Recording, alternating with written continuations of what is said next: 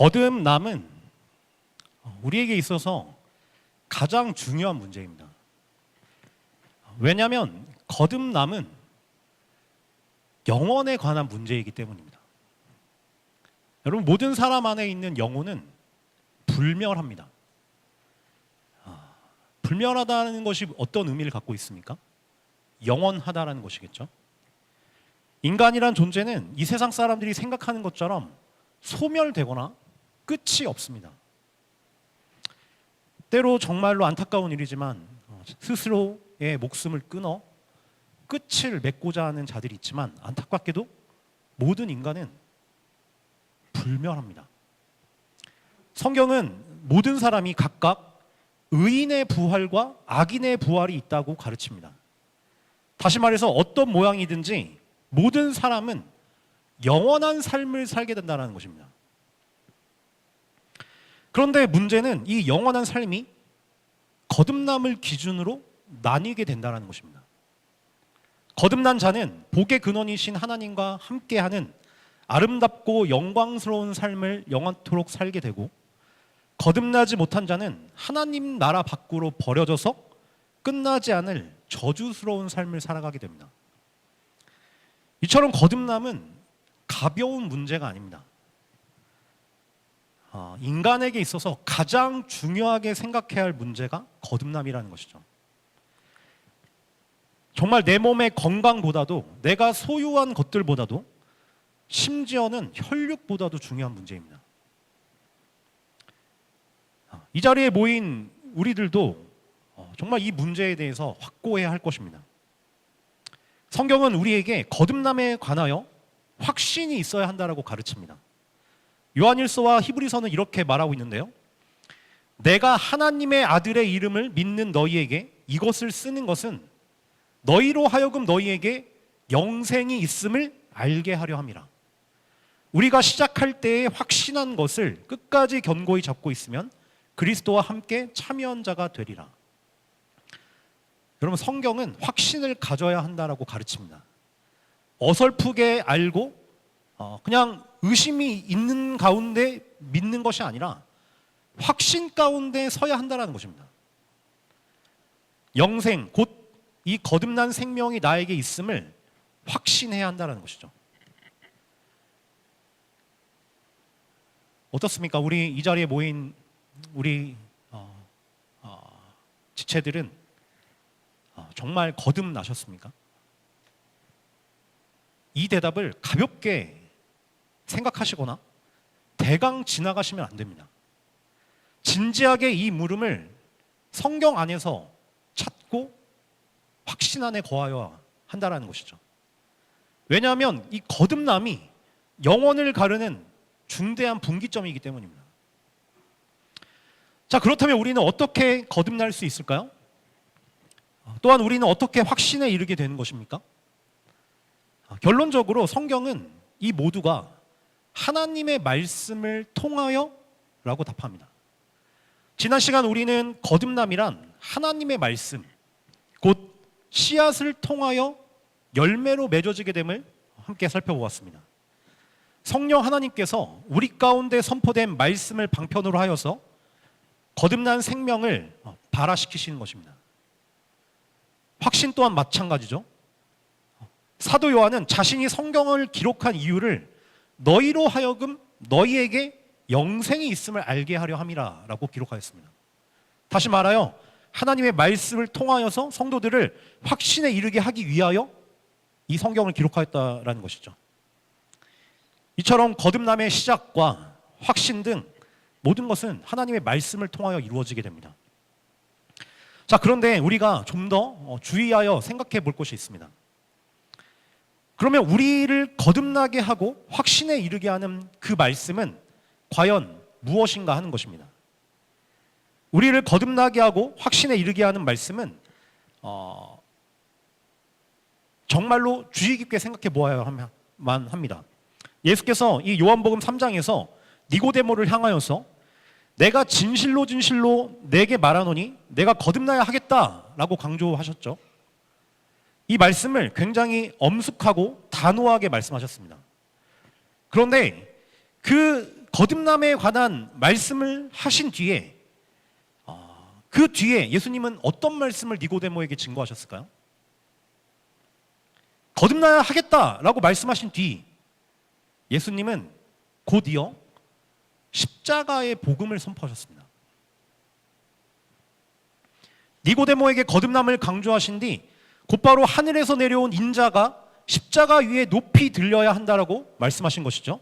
요한복음 3장 14절과 15절에 모세가 광야에서 뱀을 든 것 같이 인자도 들려야 하리니 이는 그를 믿는 자마다 영생을 얻게 하려 하심이라 라고 말씀하시면서 거듭나야 한다라는 말씀 뒤에 곧 이어서 십자가를 증거하셨다라는 것이죠.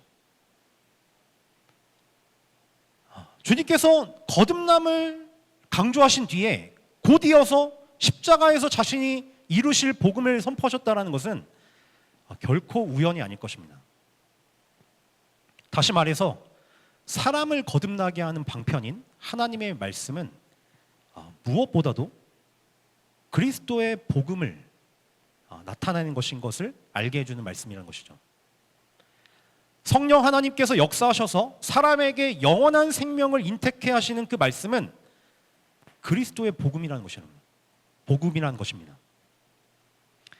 오늘 본문 히브리서 12장 24절 말씀은 이 그리스도의 복음, 특별히 그리스도의 십자가가 말하는 복음의 메시지를 담고 있는 말씀을 할 수 있겠습니다. 곧 거듭남을 얻게 하는 그 십자가의 복음의 핵심적인 메시지를 증언하는 본문이 오늘 말씀이란 것이죠. 히브리서 12장 24절 말씀은 이렇게 기록하고 있습니다. 새 언약의 중보자이신 예수와 및 아벨의 피보다 더 나은 것을 말하는 뿌린 피니라. 먼저 오늘 이 본문의 말씀의 배경을 한번 생각해 보기를 원합니다. 자, 히브리서 기자는 옛 언약으로 자꾸 돌아가기를 원하는 그런 유혹을 받고 있는 유대인 성도들에게 히브리서를 기록했습니다. 읽히게 하고자 그들에게 옛 언약으로 돌아가지 않을 만큼 탁월한 새 언약을 강조하기 위해서 자꾸 모세의 율법으로 대표되는 이 옛 언약으로 돌아가기를 원하는, 배교하기를 원하는 이 자들을 향하여서 그렇지 않다. 옛 언약보다 새 언약이 탁월하다라는 것을 나타내기 위하여 히브리서를 기록한 것입니다. 그런 면에서 이 히브리서 기자는 그 안에서 옛 언약과 새 언약을 계속 대비하고 있는데요. 히브리서를 읽다 보면은 레위 계열의 제사장들보다 탁월하신 대제사장 예수 그리스도, 동물 제사로 드려지는 제사보다 탁월한 그리스도의 제사, 손으로 지은 성소보다 탁월한 하늘에 있는 참된 성소 등 옛 언약에 속한 것보다 탁월한 새 언약의 그 메시지를 히브리서는 담고 있다는 것이죠. 계속해서 옛 언약을 대표하는 것들과 새 언약을 대표하는 것들을 다양한 관점에서 비교하면서 새 언약의 탁월함을 강조하여 옛 언약으로 돌아가지 말아야 한다라는 것을 이 성경을 읽는 자들에게 선포하고 있는 것이죠. 오늘 본문은 그런 문맥 안에서 옛 언약으로 대표되는 시내산과 새 언약으로 대표되는 시온산을 비교하는 문맥 가운데 쓰여진 말씀입니다. 율법이 선포되었던 이 시내산은 어떤 산이었습니까? 두려움의 산이었습니다. 우리가 출애굽기를 읽어보면 율법이 선포될 때 그 시내산은 불과 흑암과 폭풍과 나팔 소리 등이 있었죠. 이스라엘 백성들은 그 산에서 큰 두려움을 느끼며 몸을 떨었습니다. 시내산은 두려움의 산이었다는 거죠. 반면 복음을 상징하는 시온산은 어떤 산입니까? 기쁨의 산입니다. 거기에는 천만 천사와 하늘에 기록된 장자들의 모임과 의인의 영들이 성도들을 기쁨으로 맞이하고 있습니다. 또 그곳에는 오늘 본문 말씀대로 새 언약의 중보자이신 예수 그리스도가 계시며 또 아벨의 피보다 더 나은 것을 말하는 뿌린 피가 있습니다. 저는 오늘 본문에서 함께 주목하기를 원하는 것은 십자가 복음의 메시지를 담고 있는 이 아벨의 피보다 더 나은 것을 말하는 뿌린 피입니다. 자, 먼저 아벨의 피는 무엇일까요? 우리가 창세기를 읽다 보면 가장 처음 살인 사건을 경험하게 되죠. 그런데 성경은 흥미롭게도 이 아벨의 죽음으로 흘려진 이 피가 무언가를 말한다라고 기록하고 있습니다. 창세기 4장 10절에는 이렇게 말하고 있는데요. 이르시되 내가 무엇을 하였느냐? 내 아우의 핏소리가 땅에서부터 내게 호소하느니라. 지금 피가 뭘 하고 있죠? 호소하고 있습니다. 즉 아벨의 피는 복수와 심판을 외치고 있는 것입니다. 아벨의 피는 죄인들을 향해 정의와 공의를 부르짖는 피입니다. 특히 살인자 가인에 대해서 심판을 호소하고 있는 것이죠. 이 아벨의 피는 역사 속에서 죄인들은 마땅히 그 공의와 심판에 따라 보복을 당해야 한다는 그런 메시지를 담고 있습니다. 죄인들은 이 피의 외침에 따라서 심판과 보복을 두려워하며 살았어야 했던 것이죠.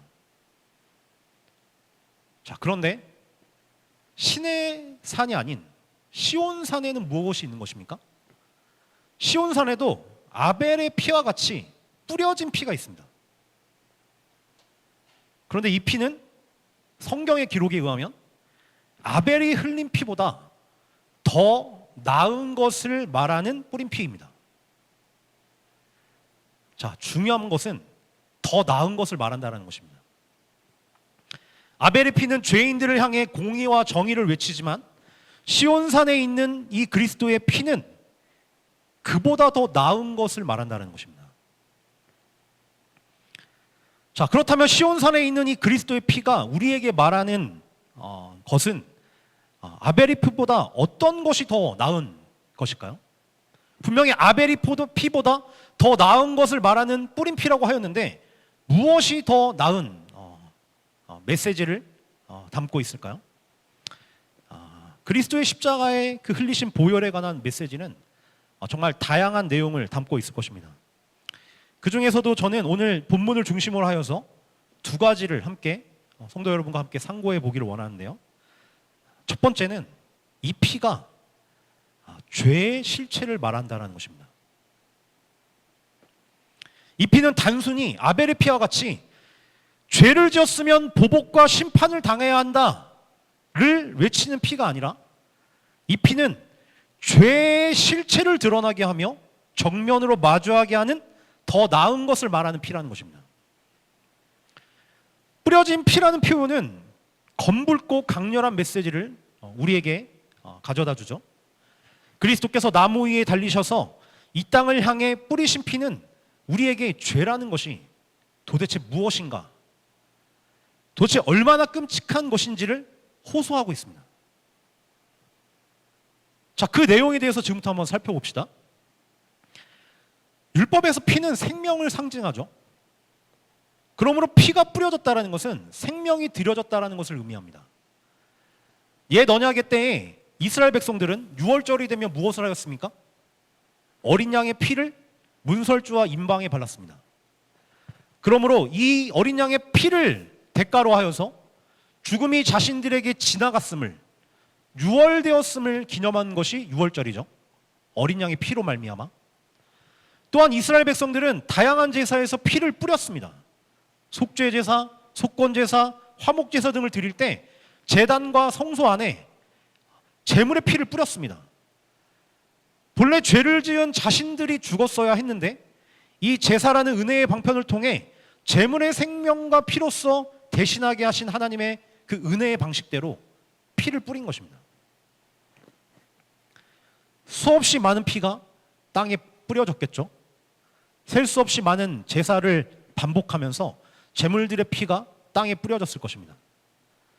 하지만 아무리 제사를 반복하고 또 반복하여도 온전한 성결에 이르지는 못했습니다. 동물의 피로는 결코 죄의 실체를 씻을 수 없었기 때문입니다. 그래서 히브리서 10장 4절에는 이렇게 말하고 있는데요. 이는 황소와 염소의 피가 능히 죄를 없이 하지 못함이라.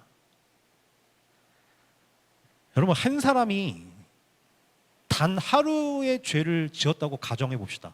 한 사람이 단 하루 동안 1000마리의 수당이 제물로 바쳐지고 만만의 강물 같은 제물들의 피가 흘려진다 할지라도 그 한 사람의 죄조차 그 죄의 실체를 씻어내지 못합니다. 왜냐하면 이 죄의 실체가 정말 무겁고 중한 것이기 때문입니다. 여러분, 인간의 죄는 하나님을 향해서 짓습니다. 무한하시고 영원하시고 거룩하신 하나님을 향해 인간은 죄를 짓는 것이죠. 여러분, 이 땅에서도요, 이 땅의 왕국에서도 가장 큰 죄가 뭘까요? 왕을 향한 범죄입니다. 공화국인 우리도 대통령의 권한이 막강한 것을 우리가 경험하고 있지 않습니까? 근데 왕국에서의 가장 큰 죄는 왕을 향한 범죄입니다. 반역죄는 용서받을 수 없는 가장 큰 중범죄이죠. 근데 이는 하나님 나라에서도 동일합니다. 지극히 높으시고 영원하시고 무한하신 그 거룩하신 왕께 죄를 지었다면 이는 그 어떤 죄보다 왕국에서 가장 극악한 죄를 지은 것입니다. 그런데 인간의 죄는 기본적으로 하나님의 자리를 탐한 아담을 따르는 반역의 죄입니다. 자신이 왕이 되어서 참단 왕이신 하나님께서 하라 하신 것을 하지 않고 하지 말라 하신 것을 행하는 죄가 인간이 짓는 죄이죠. 여러분, 인간의 죄가 누구를 향해 짓는 것이라고 말하였습니까? 하나님입니다. 하나님. 그러므로 어떤 종류의 죄라 할지라도 그 죄는 지극히 무거운 죄입니다. 그러므로 그 죄의 대가는 마땅히 무한하고 영원하며 두려울 것입니다. 왜요? 죄를 지은 대상이 온 땅에, 온 세상에, 온 우주의 왕 중에 왕이신 하나님께 짓는 죄이기 때문입니다. 그러므로 이러한 죄의 실체를 참으로 온전하게 씻을 수 있는 제물은 유한할 수 없습니다. 무한하고 영원하고 그 크기를 가늠할 수 없는 죄를 씻으려면 유한한 것으로는 그 죄를 씻을 수 없는 것입니다. 그러니 천천의 동물이나 만만의 기름을 흘린다 할지라도 어떤 유한한 것으로 제사를 드린다 할지라도 하나님께 지은 죄를 씻을 수 없다는 것입니다. 심지어 동물이 아니라 평생을 의롭게 살고자 하여 만인에게 의인이라 칭함받는 어떤 자가 있다라고 가정을 할지라도 그를 제물로 드린다 할지라도 한 사람이 하루의 죄를 지은 것조차 씻어내지 못하는 것입니다. 그런데 시온산에는 더 나은 것을 말하는 뿌린 피가 있는 것입니다. 여기서 더 낫다라는 것은 무엇을 의미하겠습니까? 아벨의 피는 말할 수 없었던 것, 율법의 산에서는 외칠 수 없었던 것을 갖고 있다라는 것이죠. 곧 동물의 피로는 불가능했던 완전한 속죄가 그리스도의 피로 말미암아 가능하게 되었다는 것입니다. 아벨의 피와 같이 심판과 형벌만이 남은 인류에게 이 시온산에 뿌려진 피는 생명의 길을 허락하였다는 것입니다. 시온산에 서 있는 새 언약의 성도들은 더 나은 소식, 곧 복음을 들은 것입니다. 시온산에 선 성도들에게는 시내산에 선 성도들에게 있는 그 온전한 속죄를 이룰 수 없는 제물의 피가 아니었습니다. 또 동물의 피가 아니었죠. 시온산에 선 성도들에게는 능히 죄를 없이 할 수 있는 하나님의 어린 양 예수 그리스도의 뿌린 피가 있던 것입니다. 예수 그리스도는 참 하나님이시고 참 사람이시기 때문에 모든 성도들이 지은 무한하고 영원한 크기의 죄의 실체를 단번에 영원토록 속죄할 수 있는, 그러므로 하나님과 화목하게 할 수 있는 능력의 피를 뿌리셨습니다. 여러분, 하나님께서 사람이 되셔서 뿌린 이 피는 무한하고 영원한 죄를 속죄할 만한 능력의 피였다는 것이죠. 그러므로 십자가에서 뿌려진 이 피는 사람들을 향해서 율법의 산에선 듣지 못하였던 더 나은 메시지, 곧 완전한 속죄의 복음을 선포하였던 것입니다. 성경은 예수께서 십자가 위에서 뿌리신 사건을 이렇게 묘사하고 있는데요. 사도행전에는 이렇게 기록되어 있습니다. 하나님이 자기 피로 사신 교회를 보살피게 하셨느니라. 여러분, 누가 피를 흘리셨다고요? 하나님. 시온산에 뿌려진 피는 하나님의 피입니다. 하나님께서 우리들을 온전히 속죄하시고 구원하시려고 친히 자신을 제물로 드리신 것입니다. 여러분, 혹시 이 말씀을 깊이 생각해 보신 적이 있으십니까? 하나님이 피를 흘리셨습니다. 곧 자기 생명을 드리신 것이죠. 여러분, 하나님은 영이십니다. 하나님은 인간의 눈에 담을 수 없을 만큼 광대하신 분이십니다. 그는 피조물이 어떤 볼 수 있거나 만질 수 있어서 한계를 갖고 있는 육체를 갖고 있지 않으신 영이십니다. 그는 무한하시고 편재하시고 불변하시고 영원하신 온전한 영이십니다.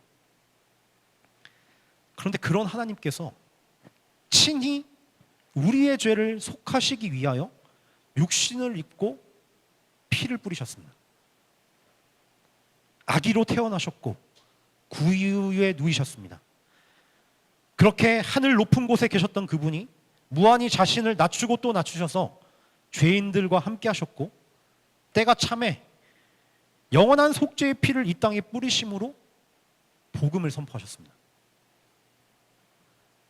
여러분, 예수께서 왜 이와 같은 일을 하셨어야 했을까요? 이는 역설적으로 하나님이 피를 뿌리셔야 할 만큼, 하나님이 사람이 되셔서 죽으셔야 할 만큼 죄의 실체가 그만큼이나 끔찍하고 두렵다라는 것을 증거하는 것입니다. 예수께서 이 땅에 오셔서 피를 뿌리신 일은 죄라는 것이 하나님의 피와 생명을 대가로 요구할 만큼 중대하다라는 것을 나타내는 것입니다. 여러분, 로마 카톨릭은 예수님의 십자가를 단지 육체적인 고통에서 이해하는 것처럼 보입니다. 특히 패션 오브 크라이스트라는 영화를 보면 예수 그리스도의 육체적인 고통만을 강조하면서 굉장히 붉은 피를 잔혹하게 묘사를 하죠. 여러분, 그런데요, 그렇지 않습니다. 우리는 반드시 기억해야 합니다. 예수께서 십자가에 위에서 받으신 고통은 단지 육체적인 고통뿐이 아니었습니다. 여러분, 예수님이 육체적인 고통을 받으신 것은요, 예수님이 십자가 위에서 받으신 고난 전체에 비하면 한 방울의 점도 되지 않습니다. 예수님은 결코 예수님 양옆에 달린 죄수들과는 다른 차원에서의 고난을 십자가 위에서 당하신 것입니다. 예수님이 십자가 위에서 담당하신 고난은 무엇입니까? 바로 죄의 실체에 대한 하나님의 진노입니다. 예수님은 하나님의 백성들 전체가 지은 아담으로부터 아직 태어나지 않은 미래에 아직 태어나지 않는 하나님의 백성들의 총수의 지은 죄에 대한 대가를 십자가 위에서 받으신 것입니다. 하나님의 백성들 한 사람 한 사람이 지극히 거룩하신 하나님께 지은 죄는 그 각각의 사람들 전부가 각각 무한하고 영원하며 형용할 수 없는 차원의 고통과 저주를 받아야만 정의로운 판결일 것이며 공의가 만족될 것입니다. 그리고 한 사람 한 사람도요, 영원하고 무한하게 그 죄에 대한 대가를 받는 것이 하나님께 지은 죄에 대한 정의입니다. 그게 공의예요. 그런데 예수님은 십자가 위에서 하나님 백성들 전체의 죄를 짊어지신 것입니다. 다시 말하면 하나님 백성들 모두가 영원토록 지옥에서 받았어야 할 고통의 총합을 십자가 위에서 담당하셨다는 것입니다. 그럼 상상이 가십니까? 우리 한 사람이 지옥의 고통을 영원하고 무한토록 경험하는 것도 가늠이 안 되죠. 근데 주님은 십자가 위에서 하나님의 공의가 만족되도록 모든 하나님의 백성들의 죄에 대한 대가를 홀로 담당하신 것입니다. 모든 저주와 고통과 슬픔, 그 무한하고 영원한 괴로움의 총합을 그리스도 한 사람에게 하나님이 쏟으신 것이죠. 이 진노의 잔을 예수께서 십자가 위에서 담당하셨습니다. 여러분, 이 진노의 잔은요, 유한한 피조물은 결코 감당할 수 없는 진노입니다. 오직 유일하게 단 한 존재, 하나님이시며 사람이신 분만이 감당할 수 있는 것이죠. 그리스도께서는 진실로 하나님이시면서 사람으로서 하나님의 백성들을 구원하시기 위해 자신 안에 영원하고 무한한 형벌을 십자가 위에서 쏟으셨던 것입니다. 그러므로 죄가 부르는 공의와 심판을 만족하게 하였던 것이죠. 여러분, 예수께서 왜 사람이 되셨겠습니까? 왜 아기가 되셨겠습니까? 왜 십자가 위에서 자신이 홀로 그 모든 죄를 담당하셨겠습니까? 다른 길이 없었기 때문입니다. 다른 길로는 죄를 지은 우리를 씻을 길이 없었기에 하나님이 사람이 되셨고 십자가 위에 달리신 것입니다. 어떤 방식으로도 우리를 죄로부터 건질 길이 없으셨기 때문에 친히 사람이 되셔서 이 땅 가운데 피를 뿌리신 것입니다. 주님은 우리들을 건지시려고 홀로 십자가 위에 오르셨고 아버지로부터 버림을 받기까지 거룩하신 주님이 성경의 표현에 의하면 죄 자체로 여겨지시기까지 자신의 전부를 버리셨습니다. 보배로운 피가 다 흐르고 몸에서 물이 흐르기까지 전부를 쏟으신 것이죠. 시온산에 뿌려진 피는 바로 이 피입니다. 여러분, 우리가 짓는 죄가 이렇게나 끔찍한 것입니다. 단 하루의 범죄만으로도 하나님께서 사람이 되셔서 죄의 대가를 대신에 치르는 방법 말고는 어떤 것으로도 속죄할 수 없을 만큼 영원한 형벌을 부르고 영원한 진노를 부르는 끔찍한 것이 바로 죄입니다. 여러분, 죄가 얼마나 두렵고 끔찍한 것인지를 고민해 보신 적 있으십니까? 교회에 다닌 성도들 중에도 죄가 무엇인지를 잘 알지 못하는 자들이 많습니다. 죄의 실체를 정확하게 알지 못하고 매우 피상적으로 생각하는 것이죠. 그저 도덕적인 것처럼 살고 있는 것 같이 보이면 나는 죄가 없습니다라고 말하는 수준입니다.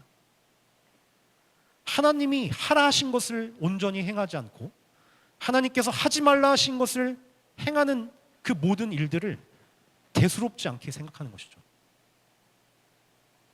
여러분, 예수께서 말씀하신 가장 큰 두 계명이 무엇입니까? 하나님을 마음을 다하고 뜻을 다하고 힘을 다하여 사랑하는 일에 온전히 순종하지 않는 것을 대수롭지 않게 생각해요. 내 이웃을 내 자신같이 생각하라 하는 이 명령에 순종하지 않는 것을 대수롭지 않게 생각합니다. 예수께서 가장 큰 계명이라 말씀하신 이 계명조차도 내 옆에 있는 형제 자매들조차도 사랑하는 일에 힘쓰지 않는 것입니다. 그러면서도 나는 죄가 없다고 말합니다. 별 문제가 없다고 말하는 것이죠. 죄에 대해서 알고 싶어 하지 않습니다. 내게 있는 죄의 문제를 다루고 싶어 하지도 않습니다. 심지어 교육자들이 하나님의 말씀으로 성도를 권면하여 그들 안에 있는 죄의 문제를 다루려고 하면은 반발하고 반항하기까지도 합니다. 죄가 얼마나 끔찍하고 무서운 것인지를 알지 못하기 때문에 이런 일들을 행하는 것이죠. 그런데 십자가는 우리에게 죄가 얼마나 끔찍하고 가공할 만한 것인지를 드러내어 보여주고 있습니다. 하나님은 십자가라는 시청각 자료를 사용하셔서 인류의 중심 속에서 모든 사람들을 향해 마치 어린아이들에게 이야기하듯이 죄가 이런 것이다라는 것을 선포하신 것입니다. 우리가 매일마다 짓고 있는 이 죄는 하나님께서 독생자 예수 그리스도를 공개적으로 십자가에 달려 피 흘려 죽게 하셔야 할 만큼 끔찍하고 두려운 것이라는 것을 나타내셨다는 것입니다. 여러분, 그러므로 만일 누군가 죄를 가볍게 생각하고 있다면 그는 그리스도의 십자가의 복음을 믿지 않거나 피상적으로 아는 자일 것입니다. 죄를 가볍게 생각하는데 복음을 참되게 믿을 수는 없는 것입니다. 죄를 피상적으로 생각하는데 진실한 신앙을 소유할 수는 없는 것입니다. 복음을 정말로 믿고 소유했다면 죄는 내가 살아가는 삶에서 가장 중대한 것이고 피 흘리는 데까지 쌓여야만 하는 대적이 된다는 것입니다. 여러분, 이곳에 있는 우리들은 어떻습니까? 정말로 죄를 크고 중대하게 여기며 나를 죄에서부터 구원하신 그리스도를 그 무엇과도 비교할 수 없는 복된 소식으로 진실로 믿고 그렇게 고백하고 계십니까?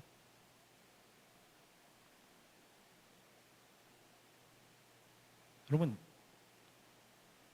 정말로 십자가를 바라보며 우리는 죄의 실체를 마주해야 할 것입니다.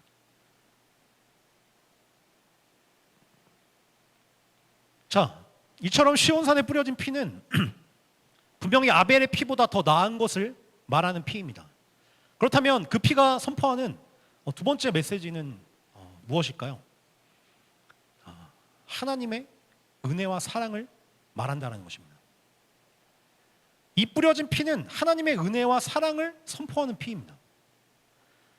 여러분, 하나님께서 끔찍한 죄의 실체로부터 우리들을 살리시려고 자기의 독생자를 십자가 위에 못 박히게 하셨고 피를 뿌리게 하셨습니다. 시온산에서 뿌려진 이 피는 우리를 향해 정말로 호소하고 있는 것이죠. 하나님이 너를 얼마나 사랑하시는지를 보라. 독생자를 버리시기까지 너를 구하시려는 하나님의 사랑과 은혜를 보라. 시온산에 뿌려져 있는 이 피는 우리를 향해 호소하고 있는 것이죠. 사도 바울은 그리스도의 십자가를 이렇게 이야기를 했습니다. 로마서 5장 8절에 이렇게 기록되어 있는데요. 우리가 아직 죄인 되었을 때 그리스도께서 우리를 위하여 죽으심으로 하나님께서 우리에 대한 자기의 사랑을 확증하셨느니라. 그리스도께서 우리를 위해 죽으신 것이 하나님께서 우리를 향한 사랑의 확증이라는 것입니다.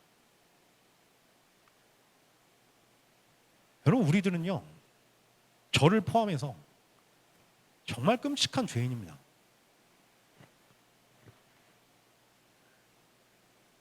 내 옆에 있는 가족조차 내 몸과 같이 사랑하는데 실패하는 죄인이에요.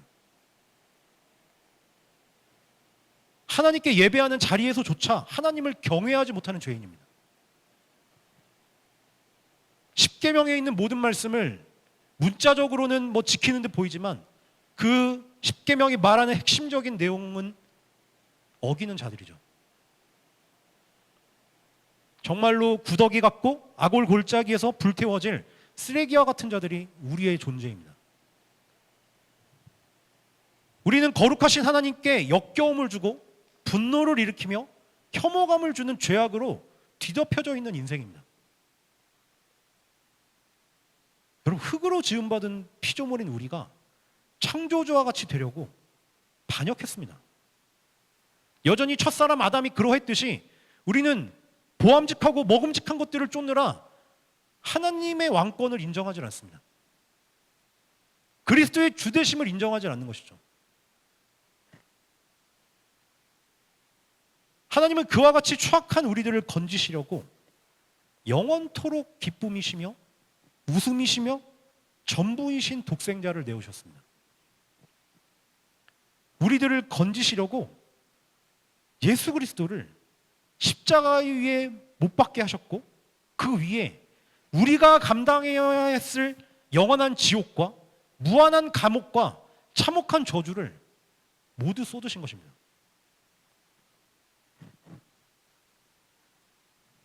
여러분, 정말 이곳에 있는 우리 지체들, 정말로 하나님께서 여러분을 얼마나 사랑하시는지를 알고 계십니까? 죄로 오염된 사랑을 가진 우리들도요, 자식을 사랑하여 아끼기는 그런 마음을 갖고 있습니다. 여러분, 우리는 사랑에 오염되어 있잖아요. 온전하지 않은 사랑입니다.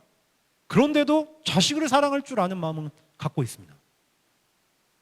그런데 하물며 사랑 그 자체이시고 무한한 사랑이시며 사랑의 근원이신 하나님께서 독생자는 아끼지 아니하셨을까요?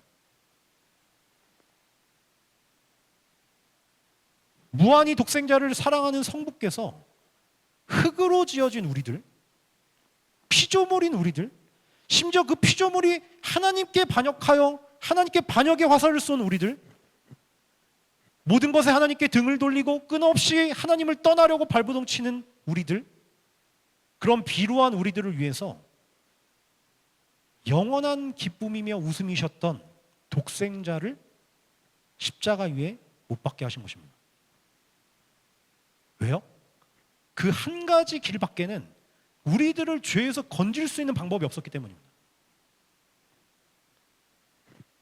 이처럼 독생자를 내어주셔서 영벌에 처한 우리들을 살리신 것, 이것 외에 아무런 가치가 없는 우리들을 은혜로 하나님의 자녀로 삼아주신 것 외에 여러분, 더 표현할 수 있는 사랑의 방법이 있습니까?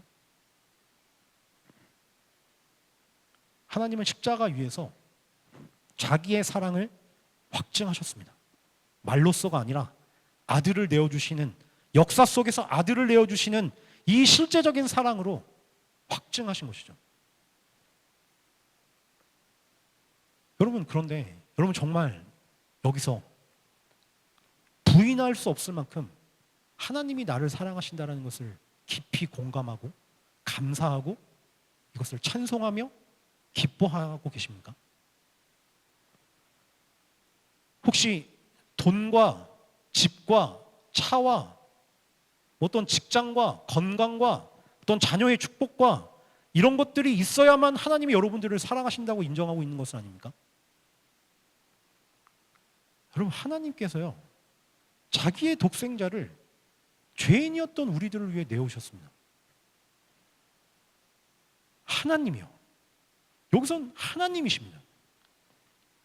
여러분, 어떻게 그런 일이 있을 수 있는지, 어떻게 우리와 같은 자를 위해서 하나님이 그러한 사랑을 베푸셨는지 이해할 수 없지만 하나님은 역사 속에서 그 일을 행하셨고 그 사랑을 확증하셨습니다.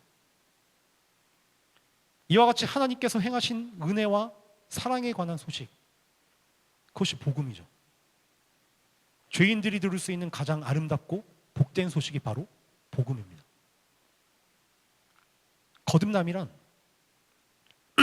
시온산에서 뿌려진 이 피가 말하는 메시지 중에서 이 나라는 죄인을 향해 하나님께서 어떠한 사랑과 은혜를 베푸셨는지를 듣고 믿고 깨닫게 될 때 열매 맺는 것입니다.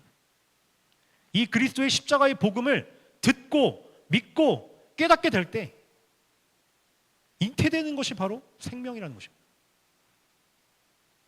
여러분, 기독교 신앙은 바로 이곳에서 시작합니다. 이 피가 말하는 메시지들을 알지 못하는 자는 아무리 오랜 시간 교회에 있을지라도 아무것도 시작하지 못한 것입니다. 여러분, 정말로 그리스도의 피가 여러분에게 무엇을 말하고 있는지를 깊이 있게 깨닫고 믿고 이것을 누리지 못하고 있다면 아무것도 시작하지 못한 것입니다.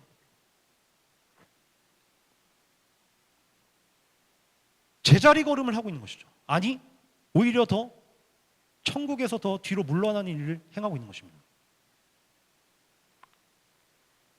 그리스도의 십자가의 복음 위에 날마다 서지 않는 자, 이 복음이 내 귀에 복음으로 들려지고 내 안에 기쁨으로 여겨지며 하나님을 찬양하고 싶고 하나님을 섬기고 싶고 하나님을 예배하고 싶고 하나님을 높이고 싶은 이 복음이 나에게 정말로 복음으로서 들려지는 것에 날마다 서려고 하지 않는 자는 믿음의 진보와 성장이 멈춰지게 됩니다. 종교가 남게 돼요. 살아있는 신앙이 되지 못합니다. 확신에 이르지도 못합니다. 그러므로 성도는 복음에 전념해야 합니다. 과연 하나님께서 이 죄인인 나를 향해 그리스도 안에서 어떤 일을 행하셨는지가 복음으로 들려져야 하고, 이것에 기뻐해야 하고 즐거워야 하며 이것에 감탄해야 하는 것이죠. 그 하나님의 사랑을 부인할 수 없을 만큼 정말로 하나님이 나에게 은혜와 사랑을 베푸셨다는 것을 복음을 듣고 그것을 인정하고 그것에 감사해야 하는 것입니다.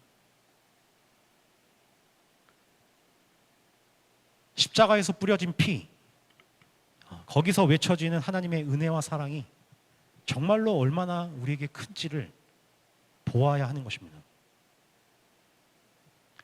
성령께서는 바로 이 십자가의 복음 위에 거듭난 생명을 창조하십니다. 여기서 성도들이 자라가고 성장하며 힘과 용기를 얻습니다. 그리스도의 형상을 닮아가는 이 일에 있어서 가장 중심에 있는 것이 복음 위에 서는 것입니다.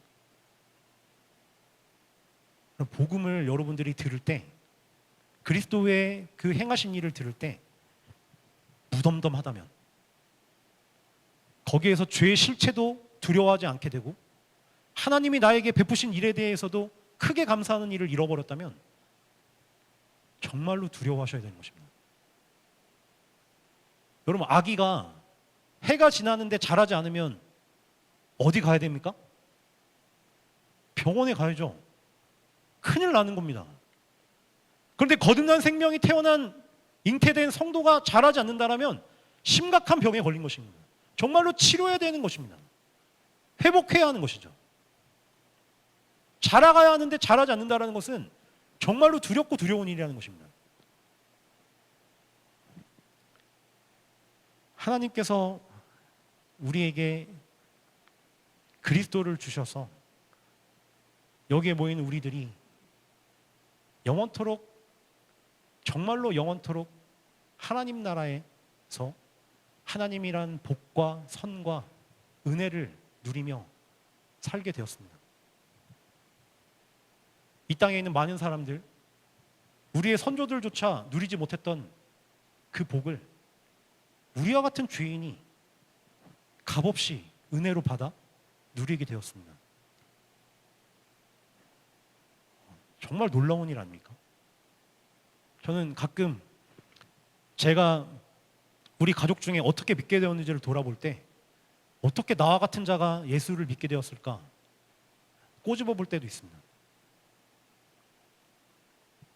정말 죄인 중에 괴수와 같은 내가 어떻게 주님을 알게 되었는지를 돌아보면 한없는 은혜인 것이죠.